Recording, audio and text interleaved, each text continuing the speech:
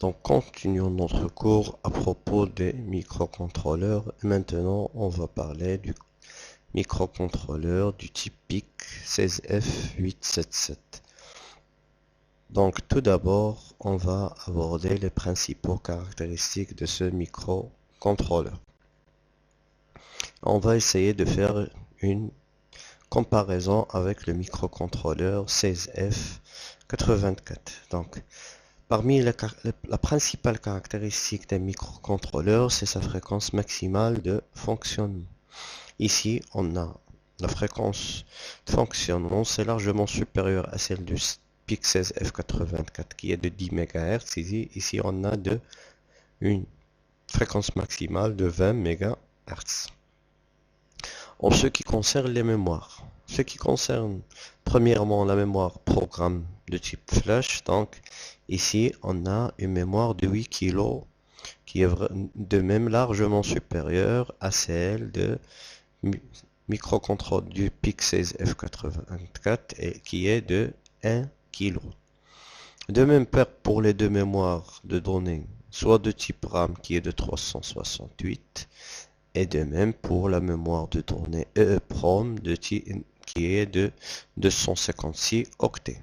En ce qui concerne les périphériques, on remarque qu'il y a normalement le nombre de périphériques il est beaucoup supérieur par rapport à ce qu'on a vu pour le PIC 16F84. Premièrement, en ce qui concerne le compteur programmable, ici, quand vous remarquez, on a trois compteurs programmable.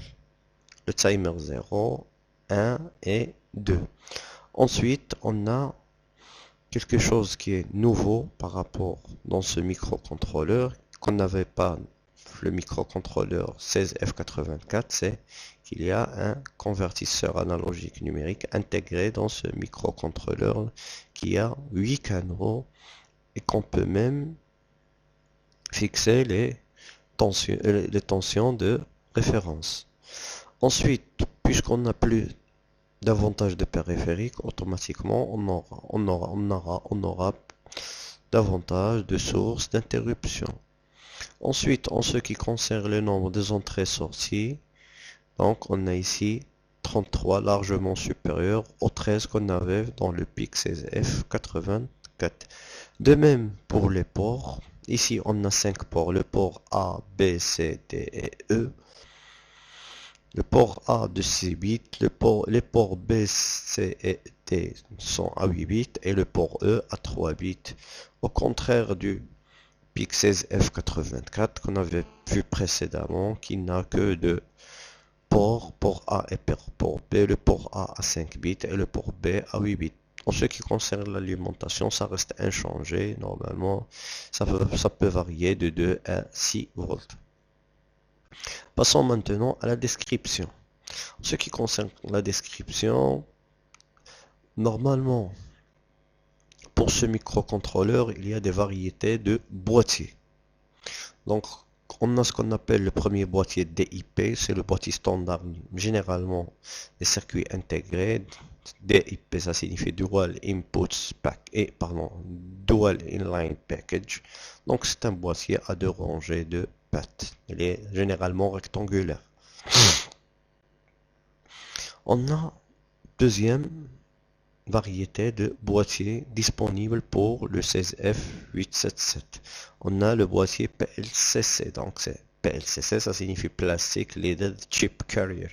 Donc c'est un boîtier en plastique, généralement carré, portant des pattes de type recourbé en J. Donc les pattes sont sous forme de J, de la lettre G. Ou bien la troisième variété, c'est QFP, qu'on appelle QFP. Donc QFP, ça signifie Quad Flat Package. C'est un boîtier destiné à être directement soudé sur le circuit imprimé. Donc comme ça, on a vu la description des types de boîtiers qui sont disponibles. Ensuite, on va parler du schéma de mise en œuvre. Donc, afin de mettre en œuvre un circuit, on doit toujours lui lui faire normalement avoir un schéma minimal ou bien un brochage, brochage pour qu'il soit fonctionnel. Donc, la première des choses qui est indispensable pour n'importe quel circuit, c'est l'alimentation. Donc, il doit être alimenté donc, avec une tension comprise, on disait comme toujours, comprise entre 2 et 6 volts. Donc, et une masse, donc VDD et la masse. Un quartz pour cadencer la fréquence, donc pour cadencer le circuit et nous fournir un signal d'horloge, un condensateur, des condensateurs pour le découplage et un bouton poussoir et avec une résistance pour la mise en place d'une reset manuelle. C'est le même, plutôt c'est le même schéma qu'on a vu pour le 16F84 pour la mise en œuvre. Ensuite, on va parler de l'architecture interne. Donc l'architecture interne, comme vous voyez, il y a pas mal de périphériques et de, et de constituants. Normalement, on a ici le système qui est responsable de l'horloge. Ici, on a les trois timers. Ici, on a les mémoires avec les registres de configuration ou bien les registres spéciaux. Ici, on a les 5 ports A, B, C, D, E. D'accord? Ici, on a le convertisseur analog to digital converter, le convertisseur analogique numérique, dont on peut même fixer la tension de référence. D'accord? Ici, on a le système qui est responsable de la gestion des interruptions. On a de même un watchdog timer, donc un timer de chien de garde. On a des périphériques supplémentaires, par exemple ces deux périphériques, c'est pour la communication en série. Ces deux-là pour la génération d'un signal MLI avec modulation de largeur d'impulsion. Ces deux-là dont on va pas parler en ce qui suit, c'est quelque chose qu'on va pas s'intéresser à les étudier par la suite. Maintenant, on va passer à l'organisation de la RAM.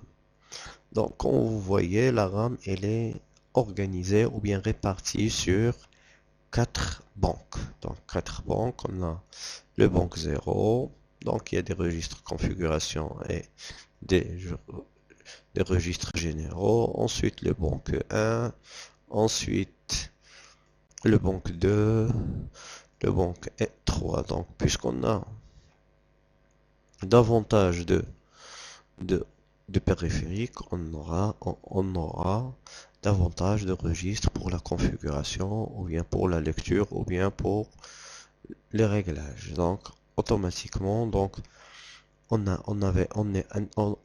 indispensablement, on aura besoin de davantage d'espace sur la RAM. Donc, d'où on a eu quatre banques. On a le banque 0, le banque 1, le banque 2 et le banque 3. Parmi les registres spéciaux, comme on l'a traité pour le microcontrôleur précédemment 16F84, le principal registre qu'on utilisera souvent, c'est le registre statut. Ici, le registre statut, il est sur 8 bits comme on l'a déjà annoncé pour le microcontrôleur précédemment, mais ici, on remarque que mais seul le bit C qu'on s'intéresse, seul le bit 7 qu'on s'intéresse pas. On a les bits 6 et 5 qui permettent de choisir le banque. Puisqu'on a 4 banques, donc on a besoin au moins de 2 bits pour décider sur quelle banque on va travailler. Donc si on se met ces deux bits RP0, RP1 à 0, tous les deux à 0. Donc 0, 0, ça permet de nous orienter vers le banque 0, 0, 1 pour le banque 1, 1, 0 pour le banque 2 et 1, 1 pour le banque 3. De même, TO bar c'est timeout, c'est pour le chien de garde. PD bar il passe à 0 après l'instruction sleep, donc power down, ça signifie Z c'est le résultat égal à 0. DC s'il y a un retenu du premier quartet vers le deuxième quartet, et C c'est si on a dépassé la capacité, si on a dépassé les 8 bits dans un résultat. Ensuite, on a le registre option presque la même chose qu'on avait déjà vu pour le microcontrôleur 16F84. Donc,